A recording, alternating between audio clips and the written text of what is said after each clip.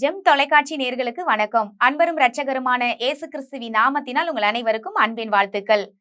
திறப்பில் நிற்க வேண்டும். அதற்கான ஒரு வேத வசனம் உபாகமம் 5ஆம் அதிகாரம் 5வது வசனம். கர்த்தருடைய வார்த்தையை உங்களுக்கு அறிவிக்கும்படி அக்காலத்திலே நான் கர்த்தருக்கும் உங்களுக்கும் நடுவாக நின்றேன். நீங்கள் அக்கினிக்கு பயந்து மலையில் ஏறாமல் இருந்தீர்கள். அப்பொழுது அவர் சொன்னது என்னவென்றால், மோசே என்ற ஒரு மனிதன் மக்களுக்கும் தேவனுக்கும் நடுவாக நிற்கிறதே தான் இங்கு திறப்பு என்று அர்த்தம். திறப்புன்னா பாருங்க, மோசே என்ற ஒரு மனிதனை குறித்து பார்க்கும் பொழுதெல்லாம் திறப்பின் வாசல் ஜெபம் தான் ஞாபகம் வரும். திறப்பின் வாசல் ஜெபம்னா என்ன நினைக்கிறீங்கன்னா, மற்றவர்களுக்கு விடுதலையை வாங்கி தரக்கூடிய விஷயத்தில் முன்ன நின்று செய்யறவங்க பேரு தான் அந்த திறப்பு என்பது. உதாரணமாக பாருங்க, காந்திய சொல்லலாம். இன்னைக்கு எல்லாரும் போய் சுதந்திரத்தை நம்ம வாங்கணுமா? இன்னைக்கு பிறந்த குழந்தையாகட்டும், இல்ல காந்தி வாழ்ந்த காலத்துல இருந்த மனிதர்களாகட்டும், எல்லாரும் கூடி போயிட்டு தான் இந்த சுதந்திரத்தை வாங்கினாங்களான்னு பார்த்தோம்னா நிச்சயமாக எல்லாரும் கூடி போயிருக்க முடியாது.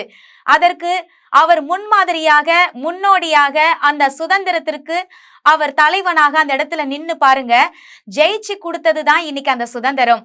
அப்படிதான் இயேசு கிறிஸ்து சிலுவையில பாருங்க, அவர் நமக்காக இந்த உலகத்தின் பாவத்தை சுமந்து தீர்த்து இன்றைக்கு நமக்கு ஜெயத்தை அவர் வாங்கி கொடுத்திருக்கிறார். அப்போ இந்த உலகத்துல நம்ம யாருக்காவது ஜெபிச்சுட்டு சில வேளைகள்ல நீங்க மன துக்கமா இருக்கீங்களா? எதுக்கு இவங்களுக்காகலாம் நான் ஜெபிச்சேனோ தெரியல, இந்த திறப்புல நின்று ஜெபிச்சேனே, கடவுளுக்கும் மனிதருக்கும் மத்தியஸ்தராக நடுவுல நின்று ஜனங்களுக்காக ஜெபிக்கிறவங்க சோர்ந்து போயிருக்கீங்களா?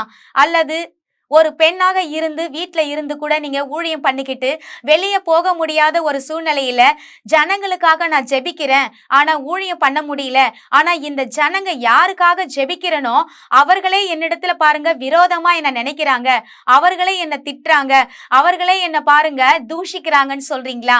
ஆனா கடவுள் பாருங்க, இந்த வேலையை அவர் உங்களுக்கு வேலையாக கொடுக்கல. திறப்புல நிக்கிறது ஒரு வேலையாக நினைச்சு செய்யாதீங்க, அது ஒரு வாய்ப்பு இல்லைங்களா? மோசே பாருங்க திறப்புல நின்னு ஜெபிச்சதுனாலதான் பாருங்க மத்த மனிதர்கள், அங்கு இஸ்ரவேல் ஜனங்கள் எல்லாரும் பாருங்க விடுதலையாகி, எங்க இருந்து விடுதலை ஆகுறாங்க? பார்வோனுடைய அவனுடைய அடிமைத்தனத்திலிருந்து விடுதலையாகி எங்க போறாங்க? கானான் தேசத்துக்குள்ள. ஒரு நல்ல வாழ்க்கைக்குள்ள போகணும்னா நமக்காக ஒரு தலைவன் இருக்கணும். அப்படிப்பட்ட தலைவனாக ஒரு வாய்ப்பு கொடுத்துதான் உங்களை வச்சிருக்காரு. அப்போ நீங்க ஜபிக்கிறத குறிச்சோ திறப்புல நிக்கிறத குறிச்சோ நீங்க ஒரு நாளும் கவலைப்பட்டு அந்த வேலையாக நினைச்சு செய்யாதீங்க. அவர் கொடுத்தது உங்களுக்கான வாய்ப்பு. அது பல பேருக்கு வாய்ப்புகளை தரக்கூடியதாக இருக்கிறதுங்க. நீங்க நினைக்கிறீங்க இது ஒரு வேலையா, என் கடமையா, கடவுள் சொல்லிட்டாருன்னு ஜெபிச்சுக்கிட்டு இருக்கீங்களா? நான் ஜனங்களுக்கு ஜெபிக்கிறேன், நான் திறப்புல நிக்கிறேன், ஆனா என்னுடைய வாழ்க்கை கேள்விக்குறியா இருக்குன்னு சொல்லி நம்ம நினைக்கிறோம் இல்லைங்களா? ஆனா மோசையோட வாழ்க்கையில கூட பல பிரச்சனைகள் பாருங்க. அவர் பார்வோன் வீட்டுல செல்வாக்கா வளர்ந்திருக்கலாம், ஆனா ஜனங்களுக்காக அந்த சந்தோஷமான வாழ்க்கை, ஐஸ்வர்யம் நிறைந்த வாழ்க்கையை விட்டுட்டு நான் கடவுளுக்காக போறதுதான் எனக்கு சந்தோஷம்னு சொல்லி அவர் வருகிறார். அப்படி வரும்பொழுது கூட ஜனங்க விட்டாங்களா? ஆரோனுடைய தங்கச்சி பாருங்க முறுமுறுக்கிறாங்க இல்லைங்களா? அவிவிசுவாசமான ஜனங்க பாருங்க எத்தனை வேலைகள்ல மோசைக்கு விரோதமா பேசுறாங்க. ஆரோன் பாருங்க சிலை வணக்கங்களை செய்யறதுக்கு பாருங்க தூண்டி விடுகிறார்கள் என்று நம்ம வேதத்துல பார்க்கிறோம். அப்படிப்பட்ட பல பிரச்சனைகளை சந்தித்தாலும் மோசே என்ன செய்யறாருங்க? சோர்ந்து போயிட்டாரா? இல்ல. அந்த திறப்புல நிக்கிறத பாருங்க. என்னைக்கு உங்க வாழ்க்கைய திறப்புல நின்னு மற்றவர்களுக்காக ஜெபிக்கிறீங்களோ, முன்ன நிக்கிறீங்களோ, கடவுள் உங்களை விட மாட்டார். மோசையோட வாழ்க்கையில 120 வயசு வரைக்கும் அவர் வாழ்ந்து, அவர் கண்கள் இருளவும் இல்லை, அவர் பலன் குறைவும் இல்லை. அவர் அடக்க செஞ்சது யாரு? கர்த்தரை அடக்கம் செஞ்சாருன்னு பாக்குறோம் இல்லைங்களா? உலகத்துல யாருக்கும் கிடைக்காத ஒரு பாக்கியத்தை மோசே என்ற ஒரு மனுஷனுக்கு கொடுத்தார்.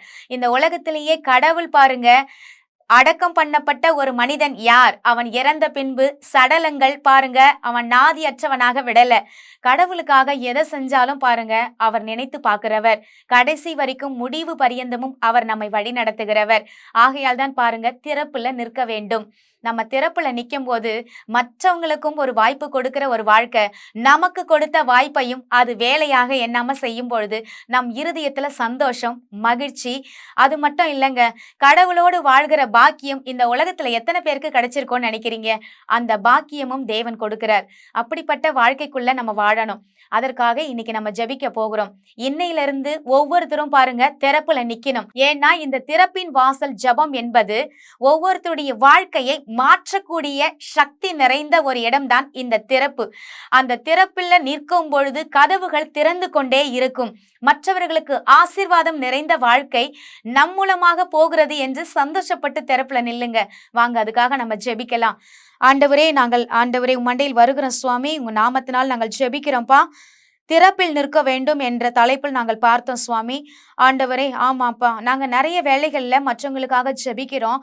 ஆனா ஜெபித்த மக்களே ஆண்டவரே நல்ல நிலைமையில வந்துட்டு நல்ல ஆசீர்வாதமான வாழ்க்கையை வாழ்ந்துட்டு கடவுளை தூஷிக்கிறதும், கடவுளுக்காக ஆண்டவரை ஊழியம் செய்கிறவர்களை தவறாக பேசுகிறதும் காண்கிறோம். அப்படிப்பட்ட ஆண்டவரே மனிதர்கள் சோர்ந்து போயிருக்கிறவர்களுக்காக நாங்க ஜெபிக்கிறோம்ப்பா. ஒருவேளை பெண்கள் வீட்டிலிருந்து ஜெபிக்கலாம், வயதானவர்கள் ஜெபிக்கலாம், ஆண்டவரே சகோதரர்கள் ஜெபிக்கலாம். ஆண்டவரே, அப்படிப்பட்டவர்களை என் தேவன் ஆண்டவரை உற்சாகப்படுத்தி அவர்கள் மற்றவர்கள் பேச்சை பேசுகிறதை காட்டிலும், மற்றவர் பேசுகிறதை தன் காதில் வாங்கி அதனால் அவர்கள் சோர்ந்து போகிறதை காட்டிலும் என் தேவனே நீர் அவர்களை உற்சாகப்படுத்தி மறுபடியுமாய் உம்முடைய ஊழியத்தை அவர்கள் மூலமாக நீர் கட்டி எழுப்பும்படியாக நாங்கள் ஜெபிக்கிறோம்.